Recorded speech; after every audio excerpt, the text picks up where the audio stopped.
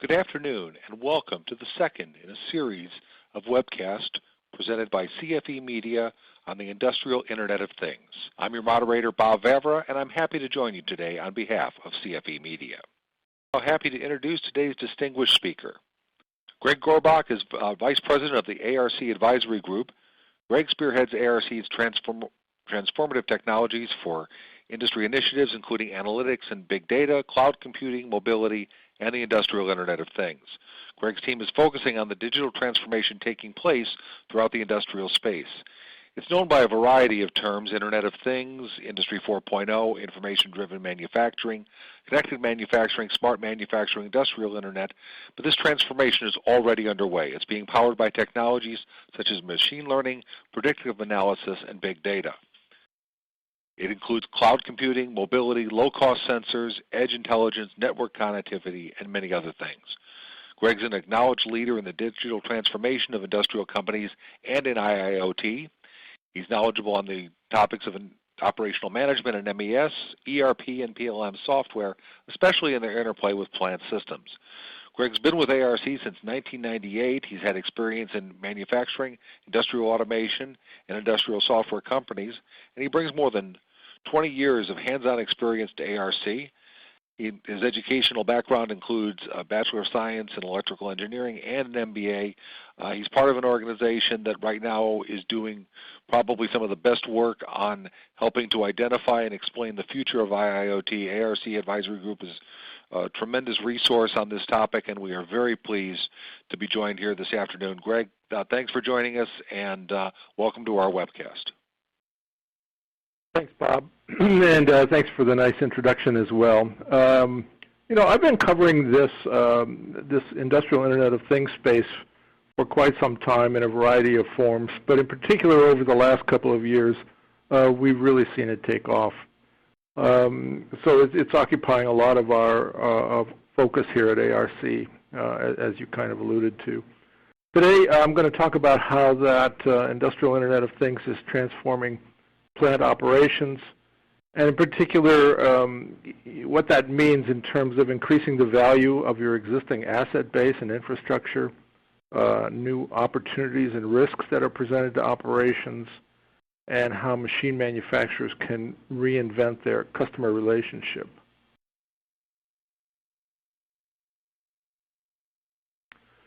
So just for a couple of you out there might not know ARC Advisory Group, we're an industry analyst firm. That means we do research and consulting in the industrial space. We help technology suppliers and technology users. For the users, we help in understanding the emerging technologies and choosing the appropriate suppliers and implementing best practices. And we have, we recommend that folks stay abreast of latest news and trends in this space with our blog and newsletter, which it's quite a popular thing, and it covers all dimensions of industrial Internet of Things.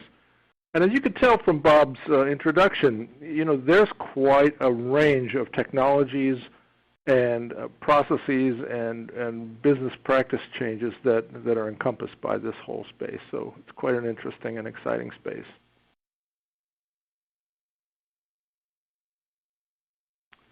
So what do Blockbuster and Borders and Kodak have in common? Well, simply put, they've failed, all of them, to adapt to the digital transformation. So they're not around in the same way, if at all, that they used to be. So companies like Netflix and Amazon and Apple, focus on software and network communications and new ways of doing things, and completely reinvented their business processes. And I have to say that even though those new business models have been enabled by technology, and we don't see videotapes in bookstores and film products the same way we used to, these new companies themselves are constantly facing pressures for change as well. And one of the reasons for that is because of what Ray Kurzweil calls the law of accelerating returns. So I like this chart because it compares computing to brains. But the key to interpreting it is to notice that it's a logarithmic chart. So what looks linear on the chart really represents quite a dramatic change. And we really do expect quite a bit of change, because indeed the rate of change is also exponentially increasing. So this shows, you know, the computing speed in terms of calculations per second per $1,000 plotted against time. And this is a dramatic change, and this technology evolution is what's powering a lot of the disruption, because we've reached kind of a point in time where a lot of technologies driven by this fundamental thing are coming together at once. Here's an example of what I mean. This chart by the World Economic Forum about a year and a half ago, talks about data-driven decision making, and so it compares, you know, the degree of analytics sophistication versus the volume and complexity of data. And what you can, and it sort of lays it out over the last few decades. In particular, to me, it shows how computing and analytics have conquered new domains. So, you know, in the 70s, we were talking about what now seem simple things like linear programming and Monte Carlo simulations.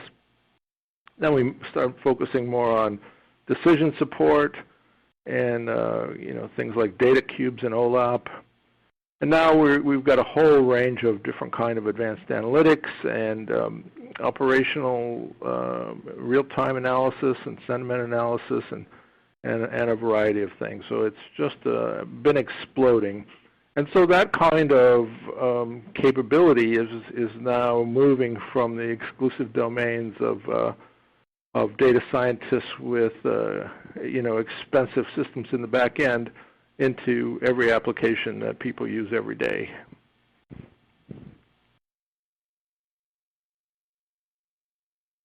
And you know, that digital transformation is coming to industry as well.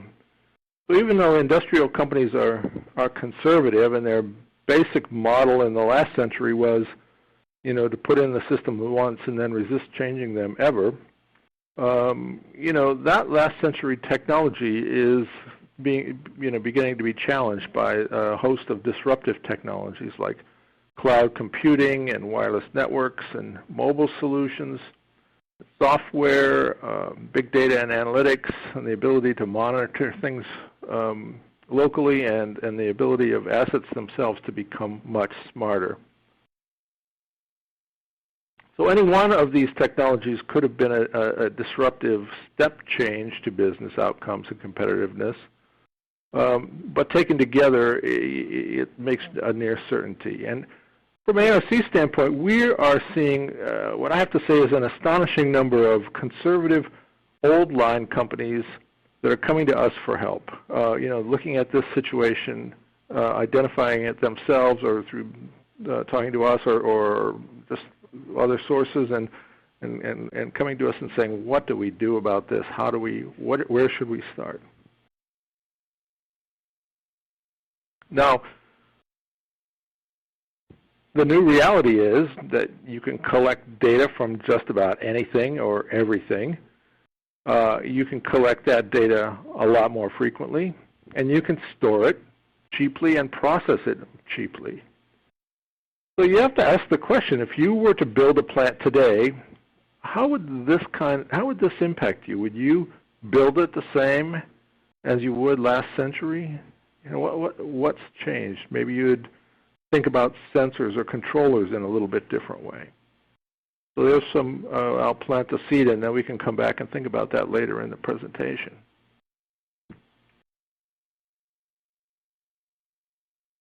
So here's how we define industrial Internet of Things. There are many definitions. We purposely try to make this a fairly broad and simple definition. So for us, the industrial Internet of Things represents the transformation of industrial products, operations, value chains, and aftermarket services that's enabled through the expanded use of sensors, digitization, networking, and information systems.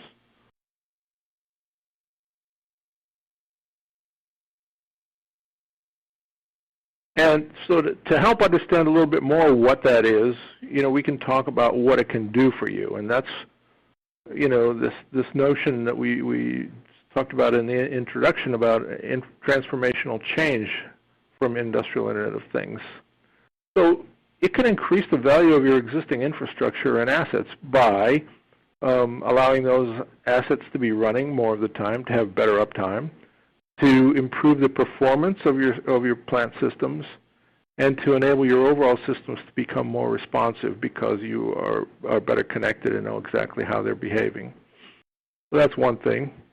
There's also a new set of opportunities and risks for operations. You can think of this as ways to reimagine or rethink how business is done by applying new and more sources of data and analytics, by leveraging third parties for non-core operating activities, and using the fact that you've got plenty of sensors and communications capabilities to outsource some things. Or really, for the operations level, in many organizations, they haven't very well leveraged their IT organization, but this might be a really nice opportunity to kind of drive that together and force something to happen there. And for machine makers, this whole phenomenon allows machine makers to reinvent their relationship with their customers. And by that I mean moving to connected products allows you to have a kind of a digital umbilical cord to those products, and thereby establish an ongoing relationship through that product with your customer. And I'll come back to that later in the presentation as well. To build these kind of products and to get this right, it takes cooperation between companies' engineering and marketing and manufacturing organizations. And it engenders an openness towards a business model that morphs from products to products and aftermarket services combined. So sometimes we say that what we're predicting and what many others are predicting is a kind of an unpredictable disruption is about to occur. So what's your strategy for that?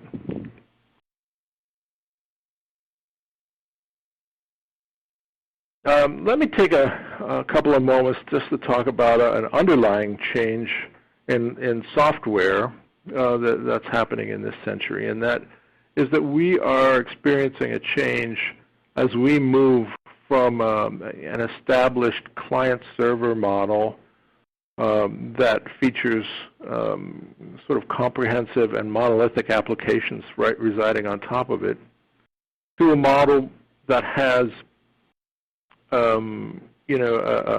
what we call a next-generation platform in the cloud with a variety of applications and services built into it. Things like big data and analytics, and mobility, and simulation, and social media connectivity, and application enablement as well.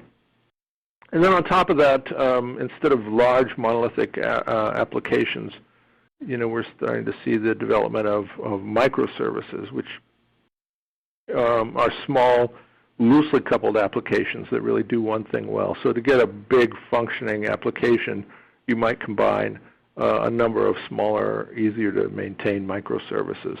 So that's the fundamental transition that we're seeing. If you take that to the next level and think about, well, what does that mean for the Industrial Internet of Things technologies? You have to extend this basic model in a couple of different dimensions. So, starting at the bottom here, you kind of feed this digital platform with things or data from things. So there's the Internet of Things component. So it also represents, the fact is we're seeing more data at the edge, more intelligence at the edge, and more data coming from the edge and feeding up into the platform. through a variety of means of network communications and through a device connectivity platform of some kind to manage the which devices are valid to have in your network and which are not, and also to manage typically to manage the deployment of agents and things like that to the remote devices. So there's a lot of functionality there at the bottom end, and then at the top end, it's frequently the case that that you want to leverage this connectivity and digital platform to do something like maybe monitor a set of assets and service them remotely from a remote location. So that extends the basic new model in a couple of dimensions. But an important thing is that in order for that to be successful and to be adopted widely, it also needs to have security built in throughout the organization, throughout the whole stack there.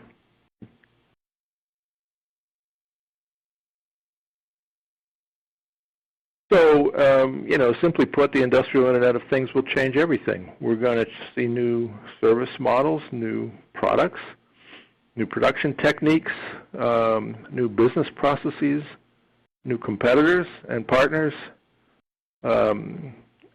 a different way of working and a different place of working, as well as new business opportunities. So it's important that every company start thinking about how this might impact them and what they need to do about it. And I have some early data here from a survey that we're currently running. This is actually quite early data, but still I think it's indicative of what's happening out there. And if you kind of look in the middle of this chart here, you can see that over a third of the companies that have responded so far are already on the journey somewhere. It's not 90%, but it's not insignificant certainly. So look, we'll publish this survey data as soon as we get it done.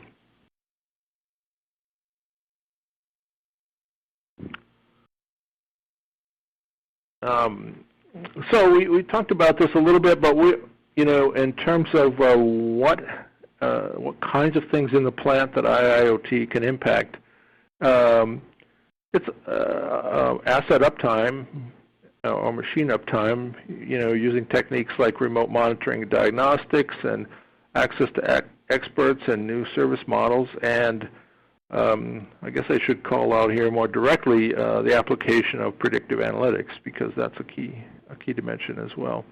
We also see improvement in operating performance through process optimization and better control of assets.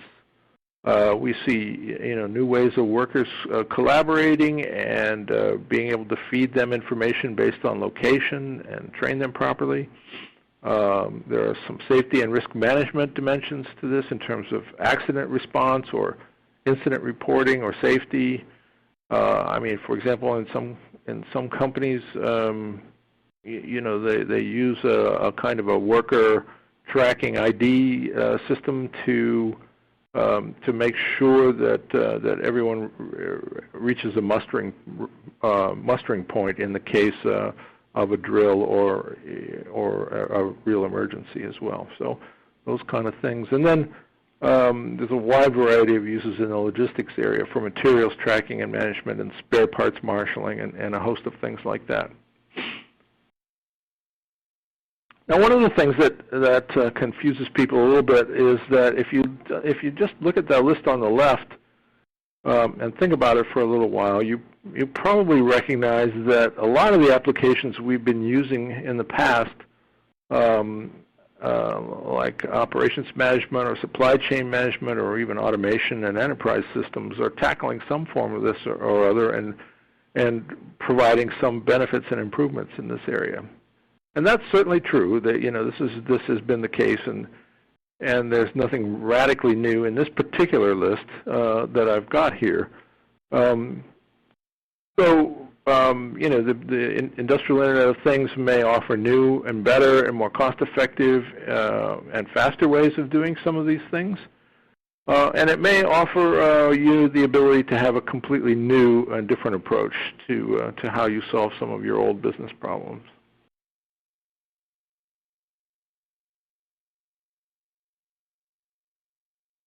So let me talk a little bit more about how Industrial Internet of Things improves asset performance and plant performance. So one of the applications that we've been tracking for quite a few years is enterprise asset management, and that includes a set of capabilities shown here in the boxes. So it includes things like planning and scheduling, and parts and consumables management, dispatching workers, and managing their workflow. Those systems might manage the tools that you need or the vehicles that you need to have at hand in order to complete a work assignment or a task assignment of some kind. So, I mean, that's a system that's been around for quite a while, and it's focused primarily on the maintenance of the assets in the plant. And now, what are we seeing? Well, we're seeing, the advent of a host of low-cost sensors, intelligence at the edge, cloud and networking technologies, remote monitoring, advanced analytics, all the things we've been talking about, mobile devices, and even other things like drones and 3D printing, a host of what I'd call Internet of Things or Industrial Internet of Things technologies that are coming into the picture. And I should also point out that it's not only the maintenance side that some of these technologies allow us to impact. It's the interaction of those assets with your production system. So it's not only just fix something when it's broken or predict that something's going to happen and fix it in advance. By doing that kind of thing, you can improve your reliability on the production side as well, and your throughput, and you can avoid a lot of unplanned downtime and unplanned costs as well. So it extends that model in a couple different directions. So we kind of put a wrap around all of that, and some of the kinds of things that can be improved here, like quality management and fleet management and integration with third parties and risk management and asset as a service possibilities. A lot of these things become enabled under the umbrella that we call asset performance management, or because that term's been around a while, sometimes we refer to it as APM 2.0 as well.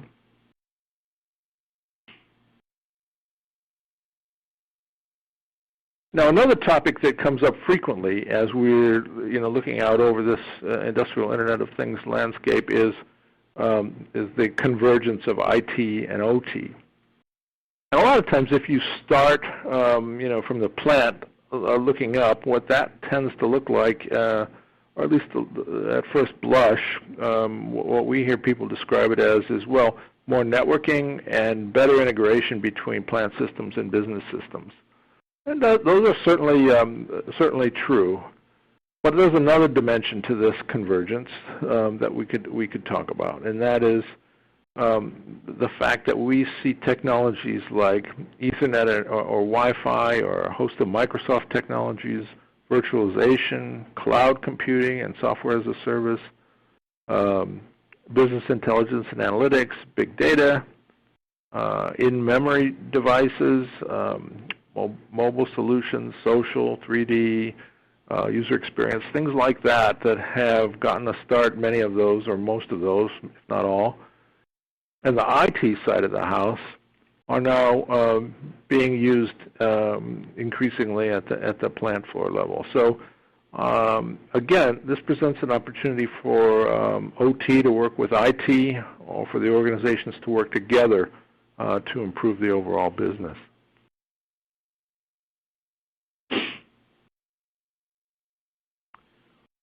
Now, I think a lot of folks listening to us today sort of recognized the Purdue Hierarchy approach to putting controls and automation and software and networking in plant systems and connecting them through the enterprise. So it's kind of a structured and leveled approach.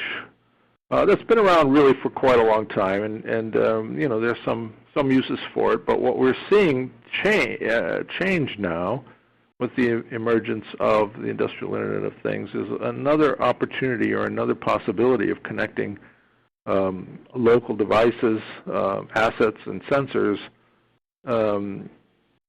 to systems that can do something useful with them. So it's kind of a flatter hierarchy and a parallel hierarchy in many cases as we see this going.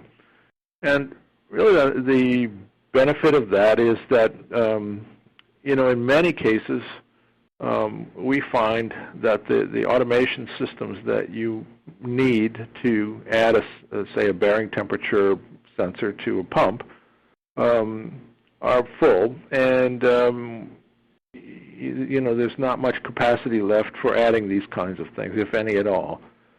And it's not only a capacity issue, but it is an expense issue, because typically in the past we've had to you know, somehow physically connect those devices and then wire them to some kind of local marshalling cabinet, and then wire it again to an I/O place, and then engineer it so that it's in the system properly, and then hopefully don't distract the operators by putting in new alarms and points that they aren't used to seeing. And then, you know, from there moving it or connecting it up step by step through the hierarchy, each step taking some additional engineering work and time and expense to do it, in order for you to then just throw it back out of that system and over to an analytics system, let's say. Well, that is an expensive way to go, and really if you're just monitoring some data that's not used for control, then maybe it's an unnecessary way to go too. When today you can connect something directly on the device and connect then to a network wirelessly, and then you know, start applying analytics and getting results pretty directly. So these kinds of systems are sparking a lot of change in the way people are approaching these problems and thinking about these problems.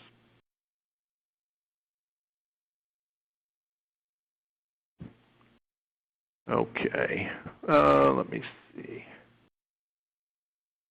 All right, so what we've been talking about is this kind of a stack that starts with a smart machine.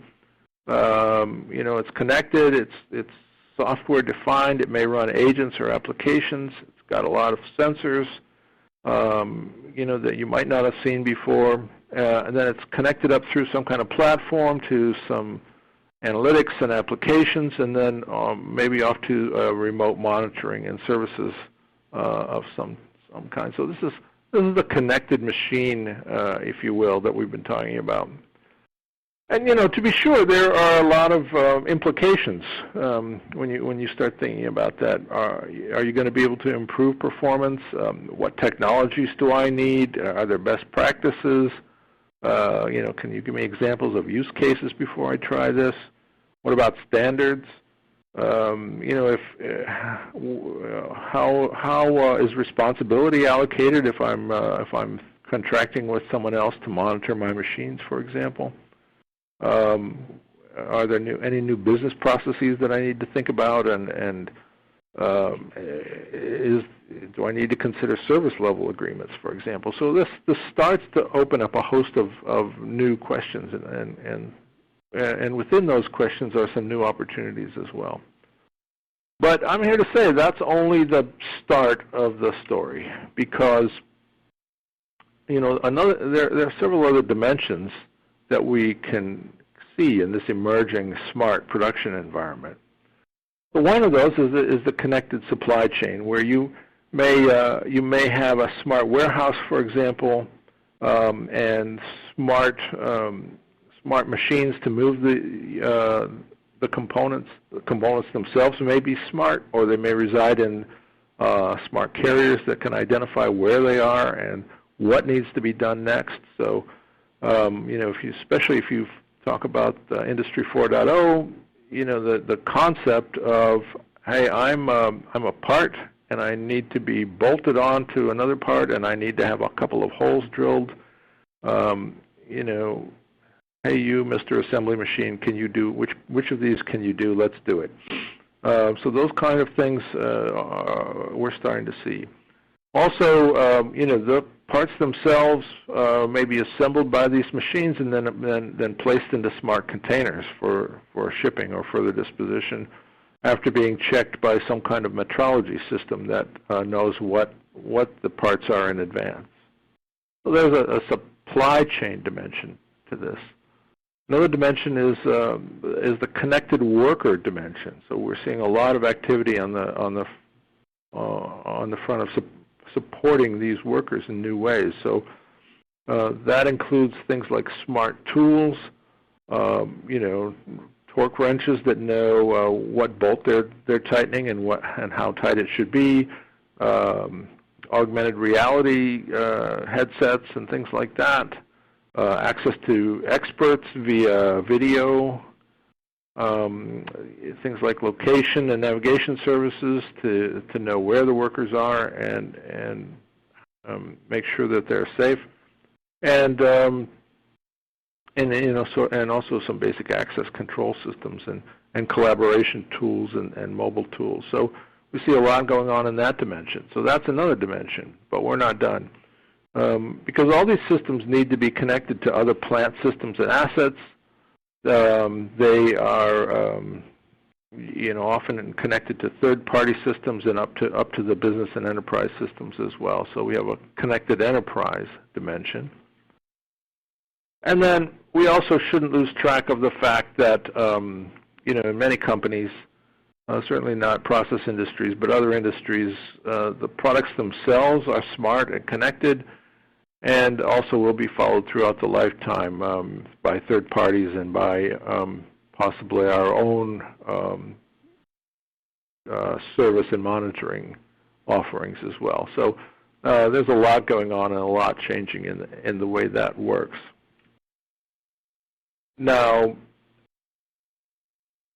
that is a pretty messy picture. So we came up with this stylized version of the same thing, which lets us at least talk a little bit more directly about things like connected operations, connected workers, connected supply chain, connected enterprise, connected services, and connected products.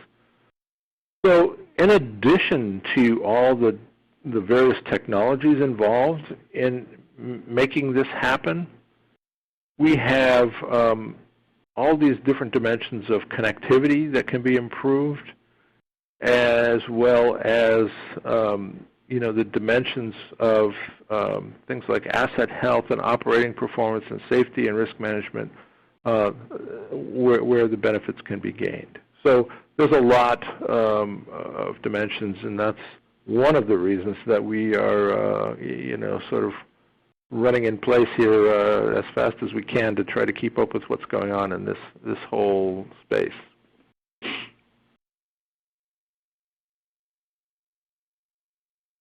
So I'll take a couple of minutes to talk about some new services and business models as well.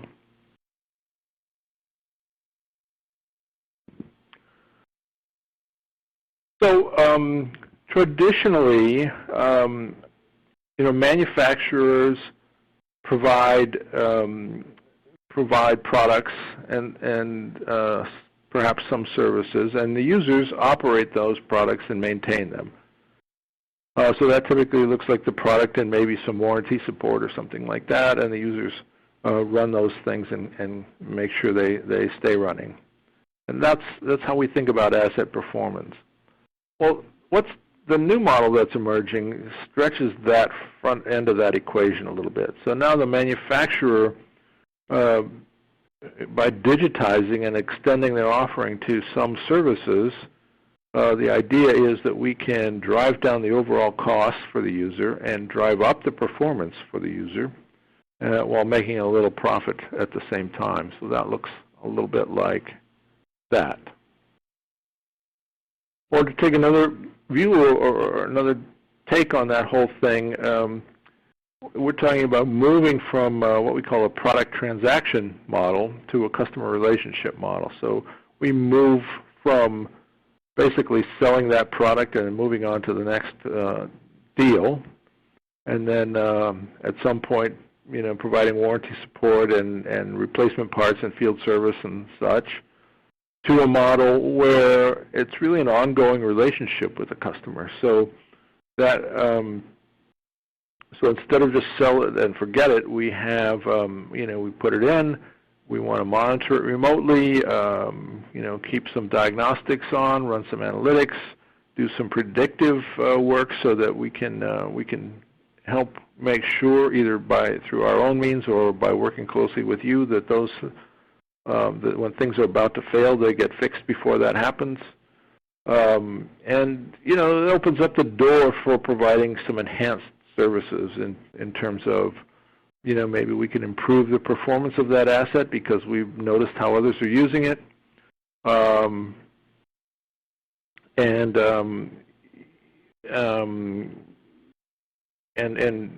so that means that there may be some service level agreements and some energy management optimizations that we can recommend, and things could change. Another sort of an extreme case is what we call the hybrid product service offering.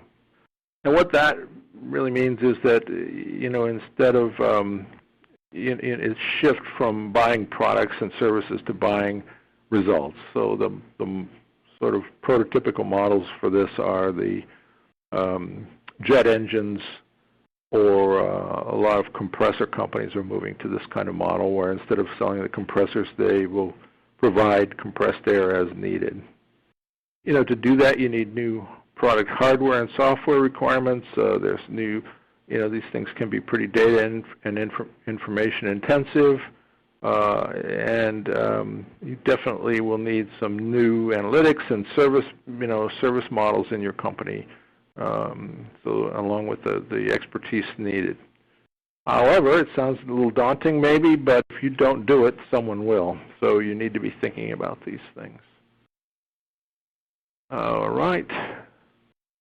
I've got just a couple of case studies that I'm going to kind of zoom through quickly here because I'm keeping an eye on the clock. But here's one, a production operations improvement. There's a company in Germany called Schwering and Hasse. They make copper magnet wire. They make fine wire and high quality. They run 400 production lines 24 hours a day. Basically, what they've done is they decided to start continuous real-time monitoring of this process. They deployed a complex event processing system, taking 20,000 measurements per second, something like that on that order, and that allowed them to, by monitoring the wire that frequently and at that granularity, they could replace the destructive testing that they had been doing in order to do that. So now they can do things like produce 87,000 miles of copper wire every day uninterrupted, and reduce scrap in the process. Another one is another little different take on this is shown by this example of Cummins engine. In this case, what they were really all about is how can I improve my engines, the design of my engines, by monitoring them in the field. So they knew the data was already available in the engine control modules, so they added some Wi-Fi communications capabilities, and basically now that allows the trucks to send data back when they via Wi-Fi when they arrive at a truck stop. My last example is a terrain example in Oslo, Norway. I won't try to say it because I can never get that right. But the problem that they were experiencing is, that their doors sometimes stick, and when they do, this causes some major delays.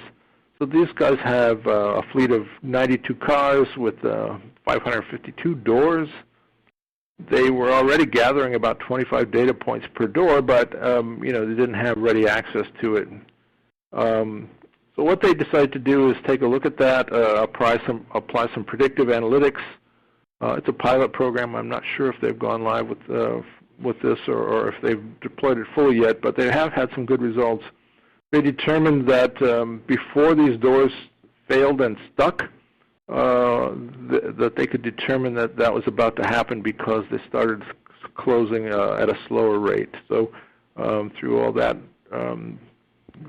they managed to do quite a bit better. They've got reduced door sticking and happier citizens in Oslo because the trains run on time. All right. So this is a lot. We've covered a lot of ground. The last thing I want to just touch on, because I've only got a few minutes, is okay. Well, so that's a lot of stuff, and what do we do next, and how do we get there? Well, a lot of times, what we'll see are that a lot of companies have barriers of one kind or another, and one barrier is that people are used to doing things in a certain way, and so that tends to bias the traditional approach and the status quo. Changes can be difficult. A lot of times, we see that the executives in a company have started to think about this, but everybody may have started at a little bit different point, and they're not, they may be starting to develop some kind of a view. But there are different views, and they're inconsistent, and they may suggest different actions. So how do you resolve that? A big problem that we see is the one I alluded to earlier, and that's the linear thinking problem. Because in an age where things are going to change in a disruptive way, the linear thinking that humans do may lead to some incorrect perceptions and decisions about what to do next.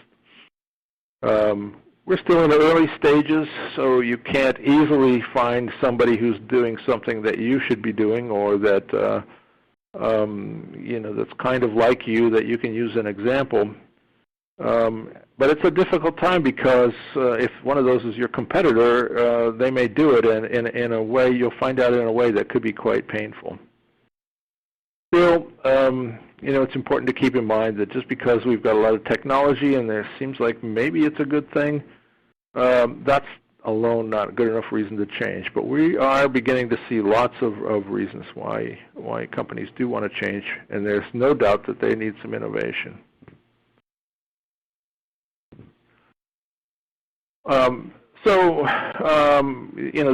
This is a bit of an eye chart, and I apologize for that, but the point I want to make here is that one of the first steps to do when you start thinking about this, after you kind of get everybody on the same page, is to try to think through where we're at.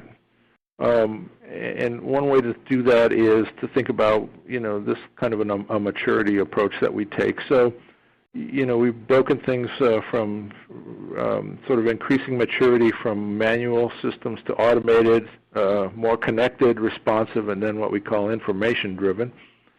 And then we've identified a number of performance attributes, dimensions across the top. So some of these I think you'll probably find familiar, people and culture, business processes, assets, systems, security, information, and products. So those are at least the high-level breakpoints of how we'd like to do that. And so, it's worth going through an activity, trying to figure out where you're at in that whole system. And then you don't just assume that you want to be at the top of each column. That may not be the right answer for you. So, there's a bit more work to do to think about your targets for all those different performance attributes and what you really need to make the kind of transformational change in your company that you want over the time frame that you're thinking about. So that's the basic kind of approach. Once you've done that, You can start building out your roadmap and thinking about how you're going to lay in the edge data and intelligence piece and the network communications and the platforms and technologies and how you're going to connect it all and what apps and services do you need as well. So I know that I'm covering that really quick, so I'm just about to close here. I think maybe this is a fine place to stop. I have a couple of slides, but you can look at those on your own. But I like this quote by Mario Longhi, who's the chairman and CEO of U.S. Steel. And he says, with regard to this notion of innovation and transformation, I don't think you arrive at success.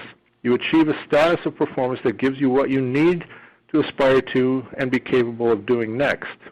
That's the definition of success in my view. You create it every single day, you push the envelope every single day, and you should aim very, very high because people are incredibly capable of achieving things that sometimes seem a little difficult. So with that, I'm going to close and turn it back over to you, Bob. Thank you very much, Greg, and appreciate a tremendous amount of information for our audience and something that I think people are going to be referring back to again and again. For our audience today, you can type questions for Greg in the Ask a Question box on the screen, and we're going to get to as many of those as we can in the time we have left. A lot of good questions coming in from the audience. And I think this is one that you kind of alluded to, but Anthony James was asking, where should aging companies start in this process? Did you say aging? Did you say aging companies? Yes. Yes. If you're a mature company and you've got sensors in your facility, how do you start transforming the sensors into something that looks more like IIoT? Yeah, I mean, this is exactly the kind of question that we are dealing with seemingly every day these days because, there's no real one answer for every company, and maybe, in your example of the sensors, maybe the sensors that you have are just fine and you don't need to do anything with them, but you might want to start adding some new sensors that you can bolt on and connect wirelessly like I talked to earlier. So it also kind of suggests one of the other issues that comes along with this, in that there is a bit of a technology stack. So you could argue that, well, let's take the first step and just put a lot more sensors out there. Well, you could, but then you don't necessarily get any payback from that step on its own. So then, well, okay, now I've got them out there. Maybe I need to put in some a Wi-Fi system so I can get the data. Okay, you could, and you still may not have enough critical mass of technology to be getting something. So the point is, if you have those two pieces plus, a platform to process it, which includes some analytics to apply and maybe some execution software to do something useful with, then now you can start to think about real benefits. But even then, if you haven't thought about the business processes or what you want to do with these things, you may not get there. So it's a really interesting and complicated question, but it's one of those things. It sounds like the Stephen Covey example, begin with the end in mind. What is it you want to accomplish? What information don't you have today that you think would be valuable for you that would help you improve your operation? And it seems to me that a lot of this is focused strictly on technology, and really it's got to be about productivity and business outcomes, and understanding what those are before you can find the technology to help you get there. Productivity, business outcomes, and potentially new business models as well. And that leads into another question, kind of in a different area. Amit Kumar asked, given that big players like GE and Siemens are already in the industrial sensing and data analytics space, do startups have a role to play in the world of IIoT? Well, I mean, they certainly think they do, and they, I don't think they're wrong because, there's lots of different opportunities, and what we see is that these smaller companies and startups can offer, solutions that have maybe not a complete stack, but a sort of purpose-built set of technologies and solutions that they can deliver that you can start with pretty quickly and start solving problems today. So,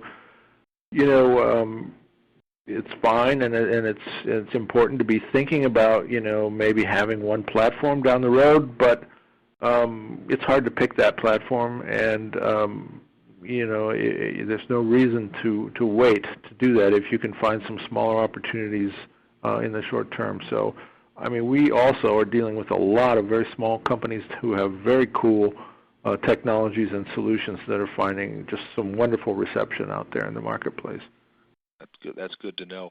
We have a couple of questions on the issue of security. So let's talk a little bit about both from a cybersecurity things connected to machines, as well as any pending protocols you hear about data security for the cloud.